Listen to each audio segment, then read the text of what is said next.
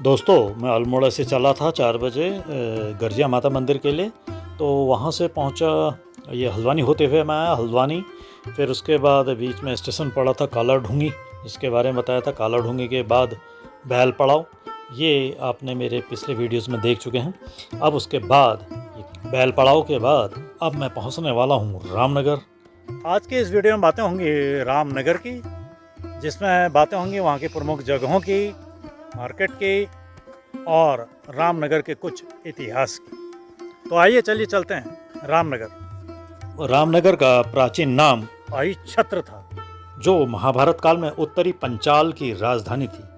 रामनगर शहर की स्थापना और बसावट कमिश्नर एच रामजे ने 1856 से 1884 के बीच में की थी। रामनगर जिम कॉर्बेट राष्ट्रीय उद्यान के लिए भी प्रसिद्ध है। यह कस्बा इस राष्ट्रीय उद्यान का वैसे प्रवेश द्वार है।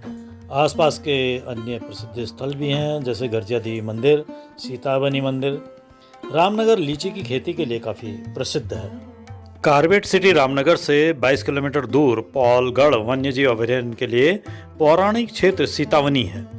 माना जाता है कि यहाँ महर्षि वाल्मीकि का आश्रम है और यही वह स्थान है जहाँ माता सीता ने आश्रय लिया था और यहीं लव कुश का जन्म हुआ। के आश्रम सीतावनी मंदिर को त्रेता युग का बताया जाता है।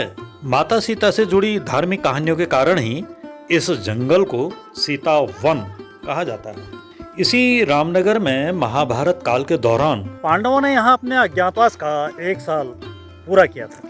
पांडवों को जब 1 साल का अज्ञातवास मिला था तो वह यहाँ पहुंचे थे। पुरातन काल में इस पूरे इलाके को विराट नगर कहा जाता था।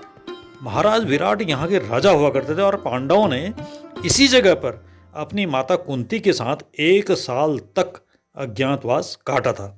उसी दौरान अपनी माता कुंती के लिए महाबली भीम ने यहाँ स्थित एक मंदिर के अंदर शिवलिंग की स्थापना की थी। जियोलॉजिकल सर्वे ऑफ इंडिया ने भी इस मंदिर को सैकड़ों साल पुराना माना है। महाभारत काल के दौरान इस पूरे क्षेत्र को विराट नगर कहा जाता था। इस क्षेत्र में महाराज विराट राज्य करते थे। इसी मंदिर से कुछ ही दूरी पर द्रौपदी कुंड भी मौजूद है, जहां पर रानी द्रौपदी स्नान किया करती थी। उसके बाद इस मंदिर में आकर, फिर स्नान करने के बाद वो इस मंदिर में आकर पूजा किया करती थी। इस मंदिर का इतिहास सैकड़ों साल पुराना है। स्थानीय ग्रामीण तो यह मानते हैं कि आज भी पांडवों का वास इस मंदिर में है। यहाँ आने वाले श्रद्धालु इस मंदिर को पांडवों का वास स्थान मानते हैं।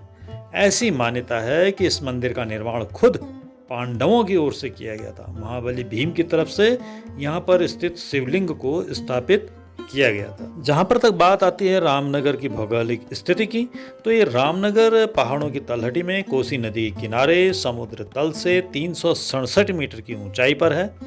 यह नैनीताल से 54 किलोमीटर दूर है और पश्चिम क्षेत्र की सबसे बड़ी और मुख्य मंडी है।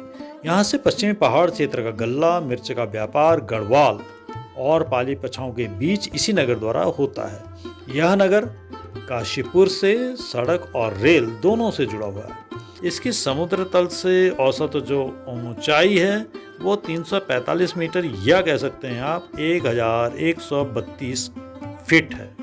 जहाँ तक यहाँ की बात आती है अर्थव्यवस्था की, तो रामनगर की जो अर्थव्यवस्था है वो मुख्य रूप से कृषि, पर्यटन और वानिकी पर आधारित है। यहाँ पर गेहूँ, धान, दाल, फल, इस प्रकार की विभिन्न फसलें उगती हैं। रामनगर जो है वो जिम कॉर्बेट राष्ट्रीय उद्यान के रूप में जाना जाता है। पर्यटन स्थलों की बात करें, यहाँ के तो प्रमुख जो पर्यटन स्थल हैं वो जिम कॉर्बेट राष्ट्रीय उद्यान है। ये भारत का बहुत प्रसिद्ध राष्ट्रीय उद्यानों में से है। यहाँ बाघ, हाथी, हिरन और काफ़ी वन्यजीवों के ये घर हैं। गर्जिया नदी भी यहाँ की काफ़ी टूरिस्ट प्लेसों में आती है। ये नदी जो है रामनगर से होकर बहती है और राफ्टिंग, मछली पकड़ने के लिए बिल्कुल लोकप्रिय स्थान है।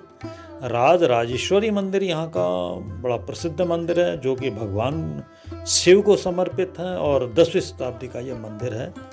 साथ में ये अपनी स्थापत्य कला के लिए भी प्रसिद्ध है। टाइगर फॉल यहाँ का झरना प्रसिद्ध है। ये रामनगर से 10 किलोमीटर की दूर पर है और बहुत सुंदर जगह मानी जाती है। चौखुटिया यहाँ का एक पहाड़ी स्टेशन जो है रामनगर से 30 किलोमीटर की दूर पर है।